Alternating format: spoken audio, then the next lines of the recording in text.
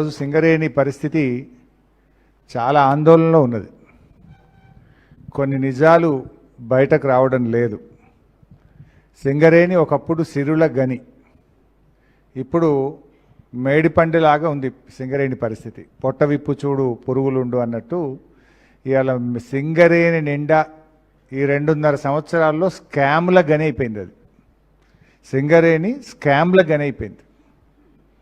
దాంట్లోకి పోయే ముందు అసలు సింగరేణిని కేసీఆర్ గారు ఆనాడు చంద్రబాబు నాయుడు వారసత్వ ఉద్యోగాలు తొలగిస్తే దాన్ని పునరుద్ధరించి 19,000 మందికి వారసత్వ ఉద్యోగాలు ఇప్పించి మళ్ళీ జీవం పోసింది మన కేసీఆర్, మన బీఆర్ఎస్. కానీ జరుగుతున్నది ఏంది? వారసత్వ ఉద్యోగాల మీద ఎంక్వైరీ వేస్తాం, వీలైతే గోల్డెన్ షేక్ హ్యాండ్ పథకం తెచ్చి ఉన్న ఉద్యోగాల నుంచి తొలగిస్తాం. ఇది కాంగ్రెస్ వైఖరి. ఉద్యోగాలు ఇచ్చుడు బీఆర్ఎస్, ఉన్న ఉద్యోగాలు తొలగించడం కాంగ్రెస్ వైఖరి. వీళ్ళు వచ్చినాక 2 మెడికల్ బోర్డులు పెడితే ఓ దాంట్లో 5 వచ్చినట్టున్నారు, ఓ దాంట్లో 23 మంది వచ్చినారు. అంతా అన్ఫిట్ చేసింది ఓసారి 5, ఓసారి 23, మిగతాదంతా ఫిట్ అంటున్నారు. ఓసారి మా రాజిరెడ్డి గారు, ఈశ్వరన్న, మేము సింగరేణి భవన్ పోయి మొత్తం బైపాస్ సర్జరీ అయిన వాళ్ళు, పక్షవాతం వచ్చిన వాళ్ళు, చేతుల సంచి పట్టుకొని మూత్రం రాకపోతే సంచి పట్టుకొని నడిచేటోళ్ళని కూడా ఫిట్ ఉందో నువ్వు పని చేయమంటే వాళ్ళందరినీ తీసుకుపోయి సీఎండీని కలిసి చాలా గట్టిగా వాళ్ళ పక్షాన కొట్లాడిన సందర్భం కూడా మీకు తెలుసు. కానీ పరిస్థితి ఏమైపోయిందంటే వాళ్ళు సింగరేణిని కాపాడాలనో సింగరేణి భవిష్యత్తు బాగుండాలనే ఆలోచనలో లేరు. ఇక మేము మళ్ళా గెలిచేది లేదు, అందిన కాడికి దోచుకోవాలనేటువంటి ధోరణిలో ఇవాళ కాంగ్రెస్ ప్రభుత్వం పనిచేస్తుంది.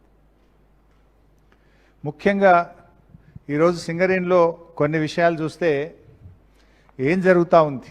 9E బ్లాక్ది అయితే మీకు తెలుసు. ముఖ్యమంత్రి ఉప ముఖ్యమంత్రి మధ్య 9E బ్లాక్ పంచాయతీ లాస్ట్కు ఏదో ఉరుమురిగి విలేకరుల మీద పడ్డట్టు అది లాస్ట్కు కొంతమంది జర్నలిస్టులు అరెస్ట్ అయ్యేదాకా పోయి మంత్రులు బహిరంగంగా మా వాటా లేంది, మా కాంట్రాక్ట్ లేందని మంత్రులు, ఉప ముఖ్యమంత్రి, ముఖ్యమంత్రులు 9E కోల్ బ్లాక్ విషయంలో ఏ రకంగా రోడ్డు మీద పడ్డారో కూడా మీరందరూ చూసినారు కాంగ్రెస్ ప్రభుత్వంలో. అయితే ఈరోజు పరిస్థితి ఏమైపోయిందంటే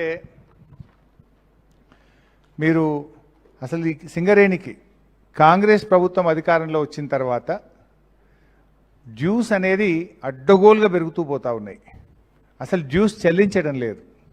ఇప్పుడు సింగరేణి నుంచి ప్రభుత్వం బొగ్గు తీసుకుంటుంది, సింగరేణి నుంచి ప్రభుత్వం కరెంటు తీసుకుంటుంది. మరి మనం కూడా బొగ్గు తీసుకున్నాం, బీఆర్ఎస్ హయాంలో బొగ్గు తీసుకున్నాం. బీఆర్ఎస్ ప్రభుత్వం రాకముందే ఎంత డ్యూస్ ఉండే, బీఆర్ఎస్ రాకముందు ఎంత డ్యూస్ ఉండే, బీఆర్ఎస్ వచ్చినాక కోల్ డ్యూస్ ఎంత పెరిగినాయి అనేది ఒకసారి మీరు గమనిస్తే మనం 2014లో అధికారంలోకి వచ్చే నాటికే సింగరేణికి రాష్ట్ర ప్రభుత్వం డ్యూస్ ఉన్నాయి, ఓ 2.5-3 వేల కోట్లు ఉన్నాయి. మనం 10 ఏళ్ళు గవర్నమెంట్లో ఉన్నాం. పాతయి 3,000, మన 10 ఏళ్ళు కలిపితే 7,000 కోట్లు సింగరేణికి డ్యూ ఉండే. ఏది? టీఎస్ జెన్కో నుంచి బొగ్గుకు సింగరేణికి ఇవ్వాల్సిన డబ్బు 7,000 కోట్లు. అంటే పాతయి 3,000 ఉన్నాయి, మన ప్రభుత్వం రాకముందే 2-3 వేలు ఉంది. కొత్తగా మన హయాంలో ఎంత డ్యూ ఉన్నట్టు? 4,000 కోట్లు. ఈరోజు ఎంత ఉందో తెలుసా మీకు? 21,000 కోట్లు. ఇది బొగ్గుది మాట్లాడుతున్నాం. సింగరేణికి కరెంటు ఇస్తుంది, సింగరేణి రాష్ట్రానికి బొగ్గు ఇస్తుంది. నేను ఇప్పుడు బొగ్గుది మాట్లాడుతున్నా. టీఎస్ జెన్కోకి ఇచ్చిన బొగ్గు మనం దిగిపోయే నాటికి రాష్ట్ర ప్రభుత్వ డ్యూస్ 7,000 కోట్లు. ఈరోజు రాష్ట్ర ప్రభుత్వం డ్యూస్ ఎంత అంటే 21,000 కోట్లు. అంటే ఎంత పెరిగింది 2.5 సంవత్సరాల్లో? 14,000 కోట్లు. 14,000 కోట్లు పెరిగింది. 7 నుంచి 21. 14,000 కోట్లు 2.5 సంవత్సరాల్లోనే రాష్ట్ర ప్రభుత్వం 14,000 కోట్లు సింగరేణికి బాకీ పడ్డది. ఇది కాంగ్రెస్ ప్రభుత్వం. మనం 10 ఏళ్లలో బాకీ పడ్డది ఎంత? 4,000. 2.5 ఏళ్లలో రేవంత్ రెడ్డి ప్రభుత్వం బాకీ పడ్డది ఎంత? 14,000 కోట్లు. ఇక ఉంటుందా సింగరేణి? అంటే మనం కట్టుకుంటూ పోయినాం. కొంత మధ్యలో 2 ఏళ్ళు కరోనా వచ్చింది. కరోనా వచ్చి ఆర్థిక సంక్షోభం వచ్చి ప్రభుత్వంలో ఎకానమీ స్లో డౌన్ అయ్యి కరోనా వల్ల కొంత ఇబ్బంది కలిగి ఆ 2 ఏళ్ళు కొంచెం పేమెంట్ చేయలేము మనం. అందువల్ల ఈ 4,000 కోట్లు డ్యూ వచ్చింది. బట్ వీళ్ళకి ఏమైంది? ఇప్పుడు ఒక్క రూపాయి కూడా బొగ్గుకి ఇస్తలేరు సింగరేణికి.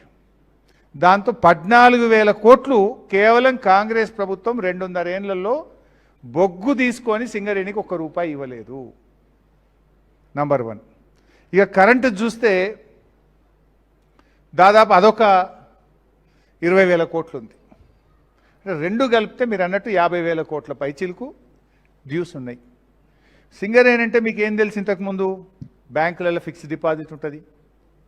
సింగరేణి పైసలు 3,000 కోట్లు 4,000 కోట్లు బ్యాంకులో ఫిక్స్డ్ డిపాజిట్ ఉంటుంది అనేది ఒకప్పటి మాట. ఇప్పుడేమున్నది? ఇప్పుడు ఓవర్ డ్యూ. మన మొత్తం తెలంగాణ ప్రభుత్వం యొక్క ఓవిడి ఎంత అంటే, నేను ఫైనాన్స్ మినిస్టర్గా పనిచేసిన, ప్రతి ప్రభుత్వానికి కూడా ఓడికి రిజర్వ్ బ్యాంక్ ఆఫ్ ఇండియా ఓడికి అనుమతిస్తుంది. కార్పొరేషన్లు అయితే బ్యాంకులు ఓడికి అనుమతిస్తాయి. మొత్తం యావత్ తెలంగాణ రాష్ట్రానికి తెలంగాణ ప్రభుత్వానికి కేంద్ర ప్రభుత్వం ఇచ్చే ఓడి ఆ రోజు మన గవర్నమెంట్ ఉన్నప్పుడు 2,400 కోట్లు, ఇప్పుడు కాంగ్రెస్ వచ్చినాక 3,200 కోట్లు ఓడి ఉంది. అంటే మన లిమిట్ ఓడి, అంతకంటే ఎక్కువ పోవద్దు. ఒక గవర్నమెంట్కే reserve bank of India OD limit ఎంత అంటే 3,200 కోట్లు. మరి సింగరేణి ఓడి ఎంత చెప్తారు ఎవరైనా? ఈరోజు సింగరేణి ఓడి ఎంత అంటే 4,000 కోట్లు. రాష్ట్ర ప్రభుత్వ ఓడి కంటే సింగరేణి ఓడి ఎక్కువ. ఒకప్పుడు బీఆర్ఎస్ ప్రభుత్వం ఉన్నప్పుడు సింగరేణిలో 3,000 కోట్ల ఫిక్స్డ్ డిపాజిట్ ఉంటుండే.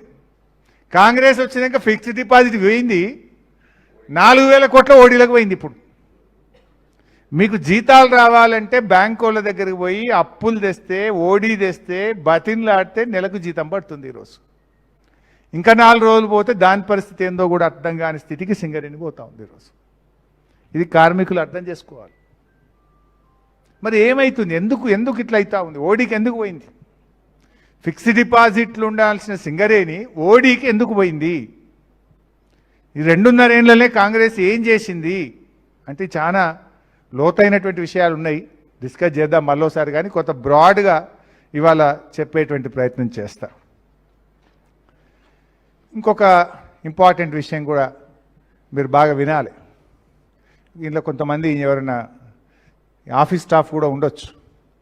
మీరు సింగరేణి వెబ్సైట్లో పోతే ఏం చెప్తున్నారంటే 40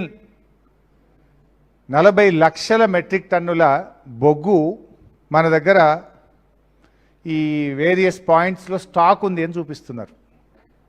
40 లక్షల మెట్రిక్ టన్నుల బొగ్గు ఉత్పత్తి చేసినాము, డిమాండ్ లేకపోవడం వల్ల ఒక్కొక్క బొగ్గుబాయి మీద ఇంత స్టాక్ ఉన్నది అని సింగరేణి అఫీషియల్ వెబ్సైట్లో చూపిస్తుంది. 40 లక్షల మెట్రిక్ టన్నుల బొగ్గు.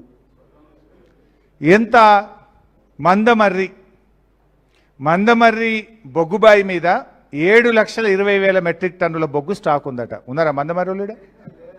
ఇది సింగరేణి వెబ్సైట్లో చూడండి, అఫీషియల్ వెబ్సైట్లో సింగరేణిలో మందమర్రి బొగ్గుబాయి దగ్గర 7,20,000 మెట్రిక్ టన్నుల బొగ్గు స్టాక్ ఉంది. ఎస్ఆర్పి అంటే మన శ్రీరాంపూర్ బొగ్గుబాయి దగ్గర 8 లక్షల మెట్రిక్ టన్నుల బొగ్గు స్టాక్ ఉన్నది.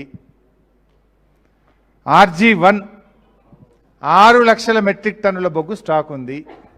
RG3 బాయి మీద 4 లక్షల మెట్రిక్ టన్నుల బొగ్గు స్టాక్ ఉన్నది. BHPL భద్రాద్రి భూపాలపల్లి బొగ్గుబాయి మీద మా రమణన్న పోయి చూడాలి రేపు, కార్మికులను తోలుకొని పోయి 5,40,000 మెట్రిక్ టన్నుల బొగ్గు స్టాక్ ఉంది. అరే మరి సింగరేణి అఫీషియల్ వెబ్సైటు, మీకని చాలా గమ్మత్ చెప్తా వినండి.